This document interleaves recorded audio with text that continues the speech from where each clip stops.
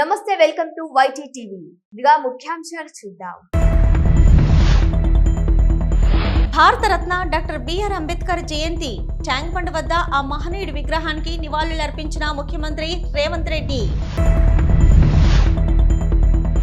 బాణసంచా తయారీ కేంద్రంలో ప్రమాదంలో గాయపడిన బాధితులకు విశాఖ కేజీహెచ్ లో మెరుగైన వైద్యం అందిస్తున్నట్లు ఆసుపత్రి సూపరింటెండెంట్ డాక్టర్ శివానంద్ వెల్లడి. భారత రాజ్యాంగ నిర్మాత డాక్టర్ బాబాసాహెబ్ అంబేద్కర్ 135వ జయంతి. ఖమ్మం కాంగ్రెస్ పార్టీ ఆఫీసులో ఘనంగా వేడుకలు. దేవరపల్లి మండల కేంద్రంలో ఉద్రిక్తత. పోలీసుల పహారాలో అంబేద్కర్ విగ్రహ ఆవిష్కరణకు ఏర్పాట్లు. మాజీ మంత్రి ఎర్రబెల్లి దయాకర్ రావు చేతుల మీదుగా అంబేద్కర్ విగ్రహ ఆవిష్కరణ చేయొద్దంటూ అడ్డుకున్న పోలీసులు. వరంగల్లో జరిగే బీఆర్ఎస్ రజతోత్సవ సభకు ఆటో సంఘాల మద్దతు. 26,000 విరాళం చెక్కును కేటీఆర్కు అందించిన ఆటో డ్రైవర్లు. డబుల్ బెడ్రూమ్ లబ్ధిదారుల ధర్నా. తమకి మంజూరైన డబుల్ బెడ్రూమ్ ఇళ్లను వెంటనే కేటాయించాలని డిమాండు. ప్రముఖ పుణ్యక్షేత్రం సింహాచలంలో వినోదోత్సవం. కాసేపు ఆందోళనకు గురైన భక్తులు. సతీ సమేతంగా తిరుమల శ్రీ వెంకటేశ్వర స్వామి వారిని దర్శించుకున్న ఉప ముఖ్యమంత్రి పవన్ కళ్యాణ్. ఆలయ మర్యాదలతో స్వాగతం పలికిన వేద పండితులు, ఆలయ అధికారులు. విశాఖలో రాజ్యాంగ పరిరక్షణ సమ్మేళనం కార్యక్రమం. ముఖ్య అతిథిగా సినీ నటులు, నిర్మాత R Narayanamurthy. Bharat Ratna doctor BR Ambedkar జయంతి సందర్భంగా ట్యాంక్ బండ్ వద్ద ఆ మహనీయుడి విగ్రహానికి ముఖ్యమంత్రి రేవంత్ రెడ్డి పూలమాలలు వేసి నివాళులు అర్పించారు. ఈ కార్యక్రమంలో ఉప ముఖ్యమంత్రి భట్టి విక్రమార్క, మంత్రులు పొన్నం ప్రభాకర్, దామోదర రాజు నరసింహ, ఎంపీ అనిల్ కుమార్ యాదవ్, మాజీ ఎంపీ అంజన్ కుమార్ యాదవ్, మాజీ మంత్రి మోత్కుపల్లి నరసింహులు తదితరులు పాల్గొన్నారు.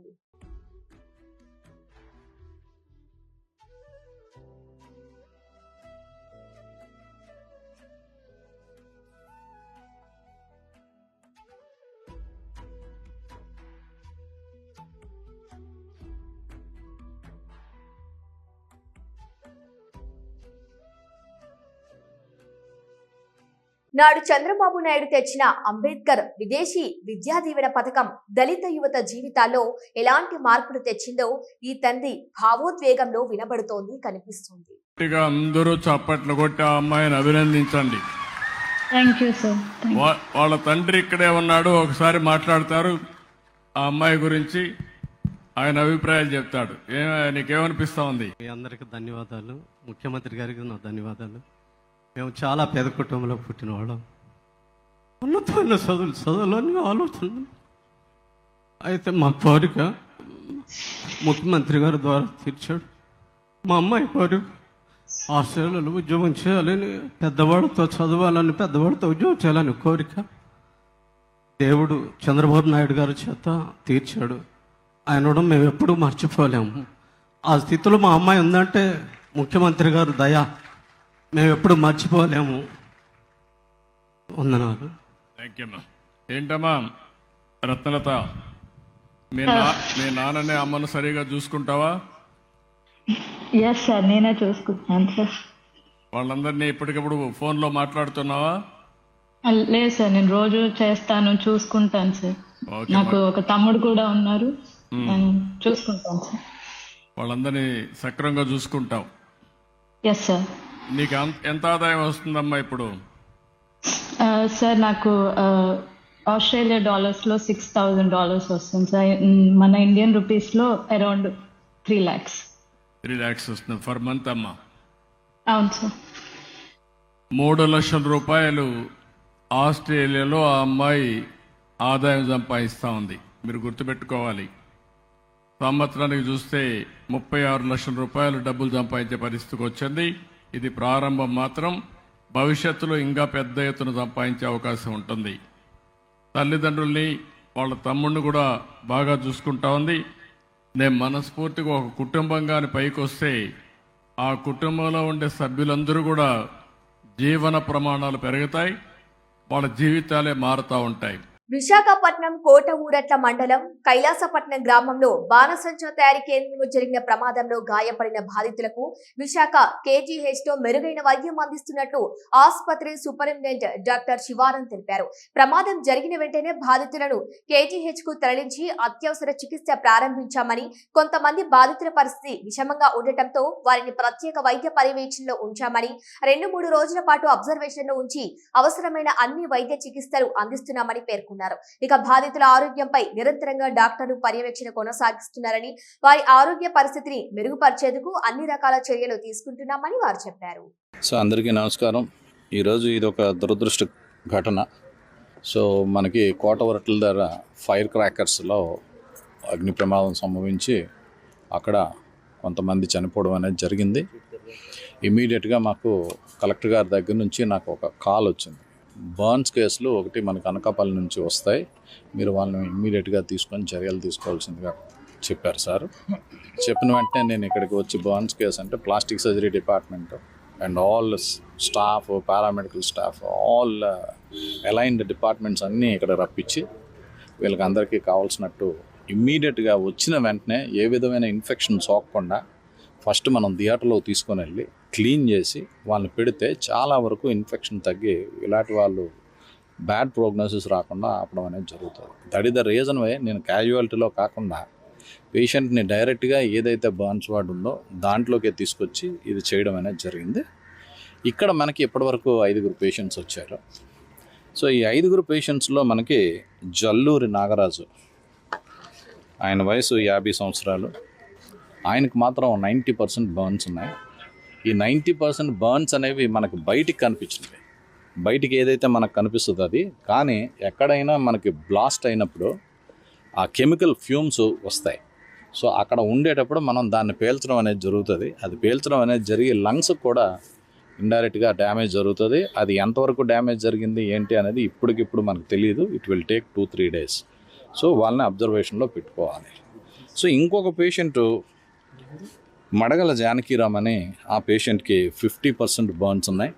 సో ఆయన కూడా ఇప్పుడు డ్రెస్సింగ్ అదంతా అవుతుంది, తీసుకొచ్చి మనం వారికి సరైన ట్రీట్మెంట్ ఇవ్వడం అనేది అయితే డెఫినెట్గా మేము సత్వరమే అందిస్తున్నాం. భారత రాజ్యాంగ నిర్మాత డాక్టర్ బాబాసాహెబ్ అంబేద్కర్ 135వ జయంతి సందర్భంగా ఖమ్మం జిల్లా కాంగ్రెస్ పార్టీ ఆఫీసులో ఘనంగా వేడుకలు నిర్వహించారు. ఈ వేడుకల్లో ఖమ్మం ఎంపీ రఘురాం రెడ్డి పాల్గొన్నారు. ఈ సందర్భంగా అంబేద్కర్ చిత్రపటానికి పూలమాలలు వేసి ఘనంగా నివాళులు అర్పించారు.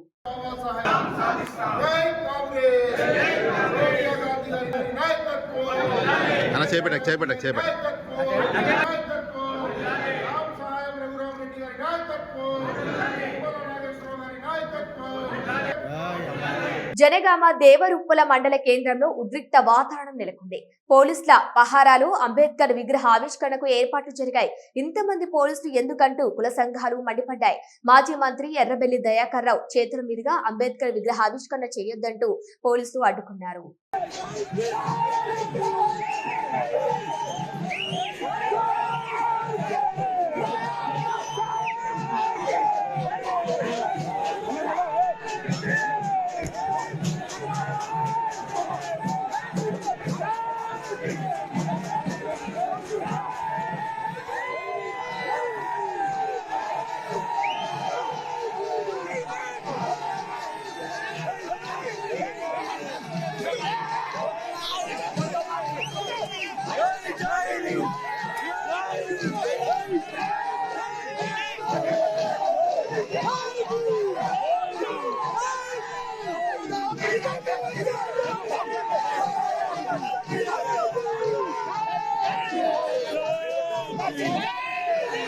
తెలంగాణ భవన్లో వరంగల్లో జరిగే బీఆర్ఎస్ రజతోత్సవ సభకు ఆటో సంఘాలు మద్దతు పలికాయి.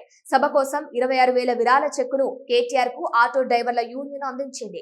ఆటో డ్రైవర్లతో బీఆర్ఎస్ వర్కింగ్ ప్రెసిడెంట్ కేటీఆర్ మాట్లాడారు.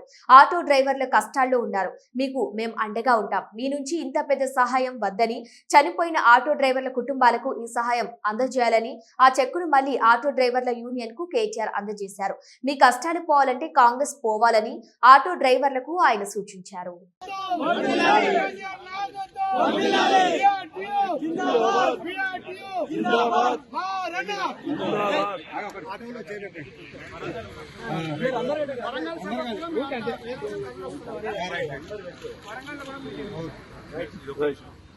ఈ డబ్బులు మాకు కానీ పార్టీ మీకు సాయం చేయాలి.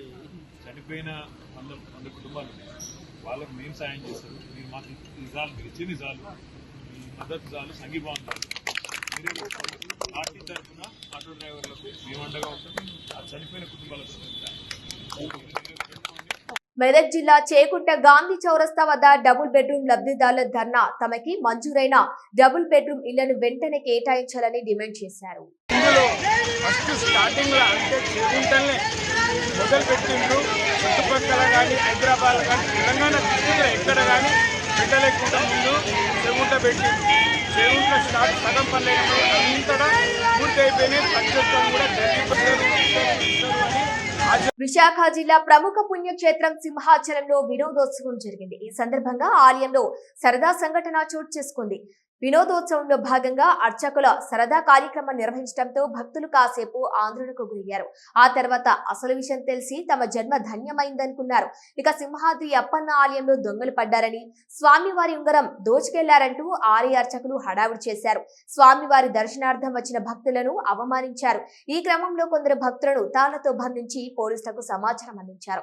ఈ సంఘటనతో భక్తులు ఆందోళనకు గురయ్యారు. సదరు భక్తులను క్షుణ్ణంగా తనిఖీ చేయాలని అక్కడి పోలీసులను కోరారు. తాము దేవుని ఉంగరం తీయటం ఏమిటని కొందరు భక్తులు ఆవేదన వ్యక్తం చేశారు. చివరికి స్వామివారి మేలి ముసుగు వస్త్రంలో ఉంగరం ఉందంటూ అర్చకులు చెప్పడంతో భక్తులు ఊపిరి పీల్చుకున్నారు. తమను అనుమానిస్తున్నారని ఆవేదన చెందిన భక్తులను ఆశ్చర్యపరుస్తూ కాసేపటికి అర్చకులు ఇదంతా అబద్ధమని, స్వామివారికి నిర్వహించే వినోదోత్సవంలో భాగంగానే ఈ నాటకం ఆడామని అర్చకులు చెప్పారు.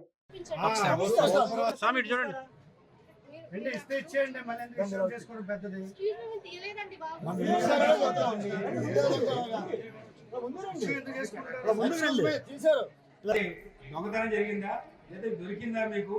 ఎక్కడ మీరు సీసీటీవీలో మీరు కనిపించారు అది మనం పడుకొచ్చారు.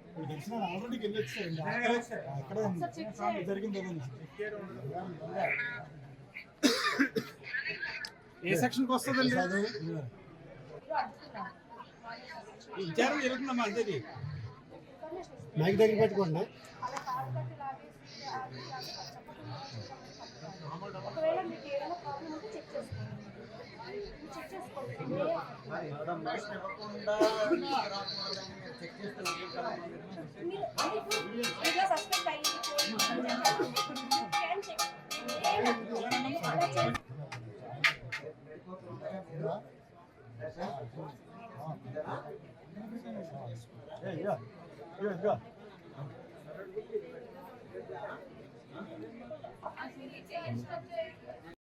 చూసా నీ పేరేంటి?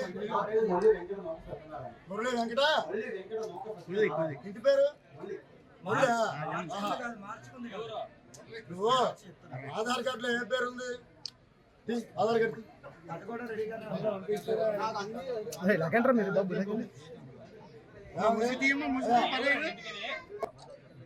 నిజం చెప్పారా? నిజం చెప్పడం లేదు. మీరు ఉంగరం తీశారు. నిజం చెప్పండి.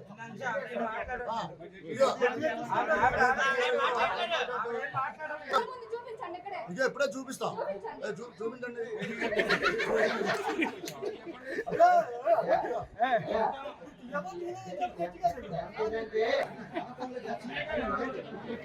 అంబేద్కర్ ఆలోచన విధానంతో అన్ని వర్గాలకు సమన్యాయం చేయాలని ఆలోచన విధానంతో రాష్ట్ర ప్రభుత్వం పరిపాలన సాగిస్తోందని మంత్రి శ్రీధర్ బాబు తెలిపారు. పెద్దపల్లి జిల్లా మంథనిలో భారతరత్న డాక్టర్ బిఆర్ అంబేద్కర్ జయంతి సందర్భంగా ఆయన విగ్రహానికి మంత్రి శ్రీధర్ బాబు, కలెక్టర్ కోయ శ్రీహర్ష పూలమాలలు వేసి ఘన నివాళులర్పించారు. మాజీ ఎమ్మెల్యే గడపల్లి శ్రీరాములు విగ్రహ నిర్మాణానికి 72 కోట్ల నిధులతో వివిధ రోడ్ల నిర్మాణానికి శంకుస్థాపన చేశారు. ఈ సందర్భంగా మంత్రి మాట్లాడుతూ రాజ్యాంగ స్ఫూర్తితో ఉమ్మడి ఆంధ్రప్రదేశ్ లో కాంగ్రెస్ ప్రభుత్వ హయాంలో దేశంలో ఏ రాష్ట్రంలో చేయని విధంగా ఎస్సీ సబ్ ప్లాన్ తీసుకువచ్చి చట్టబద్ధత కల్పించామని తెలిపారు. బడుగు బలహీన వర్గాలకు సమన్యాయం చేయాలనే కార్యాచరణతో ప్రభుత్వం ముందుకు పోతుందన్నారు. అంబేద్కర్ గారి జయంతి సందర్భంలో వారికి రాష్ట్ర ప్రభుత్వం తరఫున, జిల్లా యంత్రాంగం తరఫున మేము, కలెక్టర్ గారు, ప్రజాప్రతినిధులు అధికారులందరూ కూడా మంతని పట్టణంలో మరి నివాళులు గొప్పగా అందరూ కూడా పెద్దలందరూ వచ్చి కూడా పలకటం జరిగింది. ప్రధానమైన ఈరోజు మేము ప్రత్యేకంగా చెప్తా ఉన్నాం,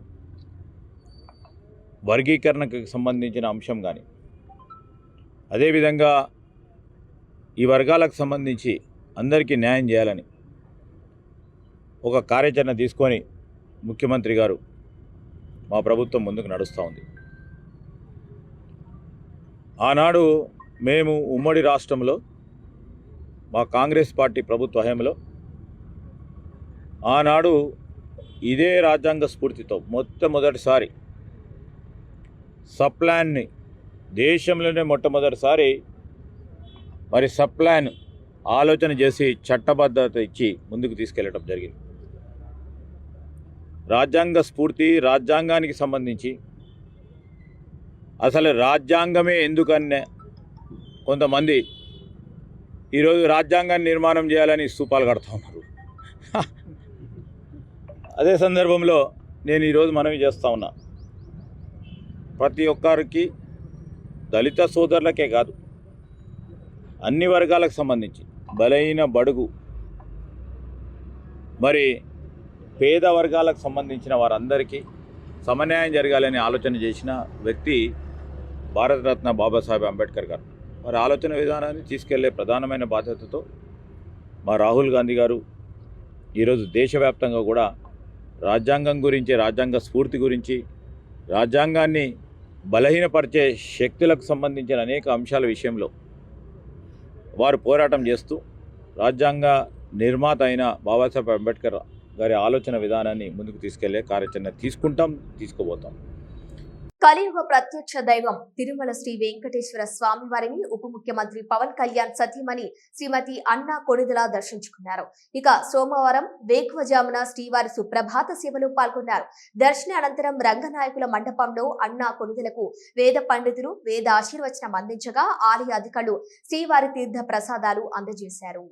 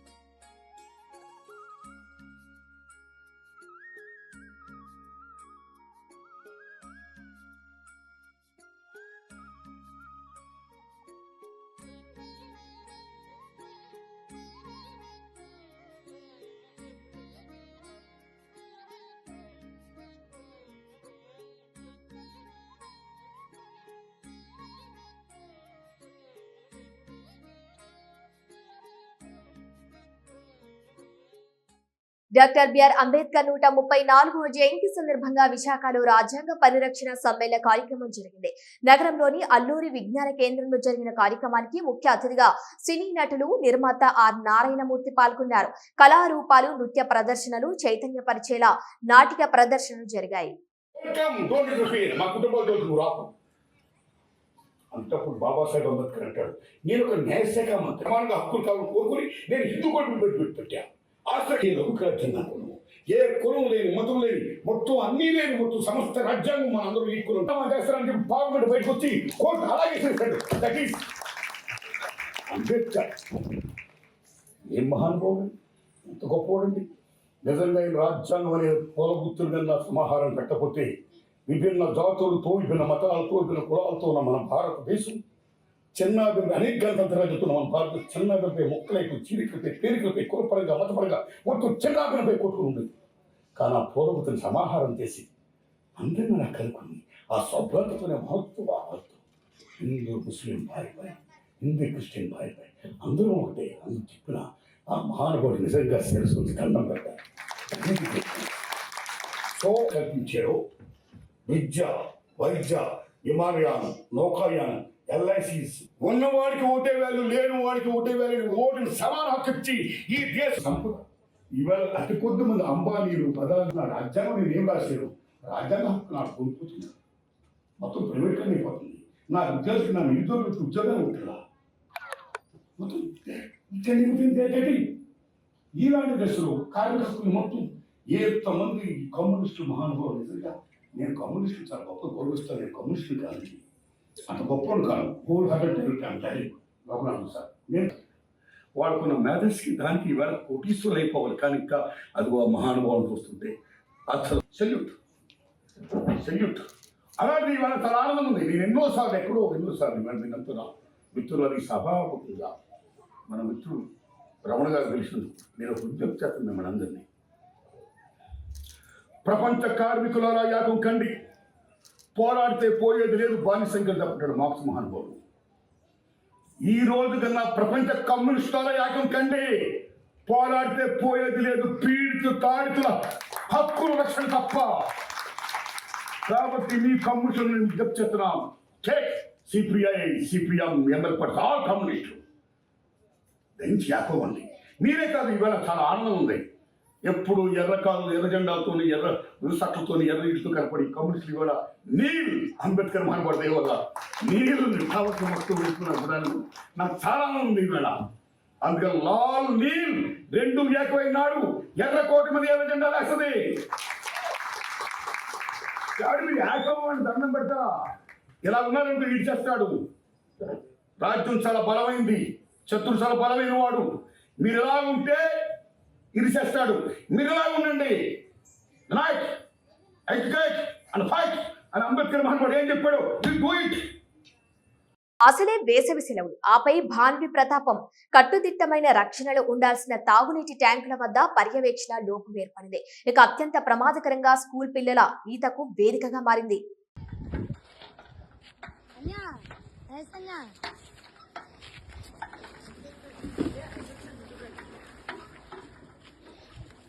దేగండి అలా వచ్చి పైకి రండి.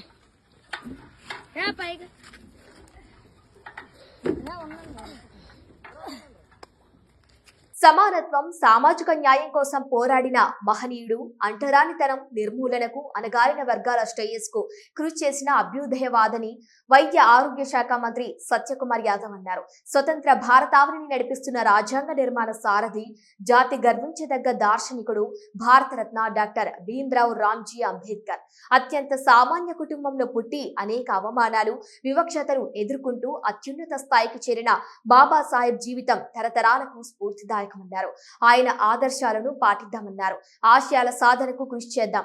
సమున్నత భారతావని సర్వోన్నత ప్రగతికి అంకితమవుదామని అన్నారు. సామాజిక సంస్కర్త, విద్యావేత్త, న్యాయవేత్త, రాజ్యాంగ నిర్మాత, జాతి గర్వించదగ్గ మహనీయుడు డాక్టర్ బాబాసాహెబ్ అంబేద్కర్ 135వ జయంతి సందర్భంగా వారి స్మృతికి ఘనమైన నివాళులర్పిస్తున్నాను. వారు సమానత్వం, స్వేచ్ఛ, న్యాయం ప్రాతిపదికగా ఒక ఉత్కృష్టమైన రాజ్యాంగాన్ని నిర్మించారు. ప్రజాస్వామ్యం పరిడవిల్లడానికి ఆ రాజ్యాంగమే ప్రధాన కారణమైంది. ఇవాళ ప్రభుత్వాలు అందిస్తున్న పాలన కానీ, పేదలకు అందున్న సంక్షేమ పథకాలు కానీ రాజ్యాంగంలో వారు పొందుపరిచిన విలువల కారణంగా, సూత్రాల కారణంగా ఇవాళ ప్రజల జీవితాల్లో వెలుగులు నిండుతున్నాయి, వారి జీవన ప్రమాణాలు పెరుగుతున్నాయి. అటువంటి మహనీయుడు పుట్టిన గడ్డ మీద జన్మించడం భారత జాతి గడ్డ మీద నిజంగా గర్వించదగ్గ విషయం. ఆ మహనీయుడు ప్రవచించిన విలువలు ప్రతి ఒక్కరూ పాటించాలి. భావితరాలు వారి గురించి తెలుసుకోవాలి, వారి జీవితం గురించి తెలుసుకోవాలి, వారి ఆశయాల్ని పాటించాలి, ఆచరించాలి. అయితే అటువంటి మహనీయుడిని దక్కాల్సిన గౌరవం దేశంలో చాలా సంవత్సరాల పాటు దక్కలేదు. అత్యంత ఉత్కృష్టమైన భారత రాజ్యాంగం నిర్మించిన డాక్టర్ బిఆర్ అంబేద్కర్ గారికి భారత రత్న లభించడానికి చాలా సంవత్సరాలు ఎదురు చూడాల్సి వచ్చింది. వారు 1956లో మరణిస్తే 1990లో కానీ వారికి భారతరత్న రాలేదు. అదే సమయంలో ఒక కుటుంబం తమకు తాము ప్రధానమంత్రిగా ఉంటున్నప్పుడు నెహ్రూ గారు తనకు తాను భారతరత్న ఇచ్చుకున్నారు. ఇందిరాగాంధీ గారు ప్రధానమంత్రిగా ఉంటున్నప్పుడు తనకు తాను ఇచ్చుకున్నారు. మరీ దారుణంగా ఘోరంగా డాక్టర్ బిఆర్ అంబేద్కర్ గారిని అవమానిస్తూ ఎవరి చేతుల్లోనైతే 2 సార్లు కాంగ్రెస్ కాజ్రోల్కర్ గారి చేతుల్లో అంబేద్కర్ గారు ఓడిపోవడం జరిగింది. బాంబే లోక్సభ ఎన్నికల్లో కానీ బండారా ఉప ఎన్నికల్లో కానీ ఆనాడు నెహ్రూ గారు కాజ్రోల్కర్ని డాక్టర్ బిఆర్ అంబేద్కర్ గారి మీద పోటీ చేయించి వారిని 2 ఎన్నికల్లో ఓడించిన తర్వాత 1970లో అదే కాజ్రోల్కర్ గారికి ఒక సామాజికవేత్తగా భారతరత్న అవార్డు ఇవ్వడం జరిగింది. పద్మశ్రీ పద్మవిభూషణ్ అవార్డు ఇవ్వడం జరిగింది. అంటే ఈ రకంగా అనేక అవమానాలకు గురి చేశారు. అయితే నిజంగా డాక్టర్ అంబేద్కర్ గారి ఆశయాలను ఆచరిస్తున్న ఈ ఎన్డీఏ ప్రభుత్వం ఇవి ఇవాల్టి వార్తలు. చూస్తూనే ఉండండి న్యూస్.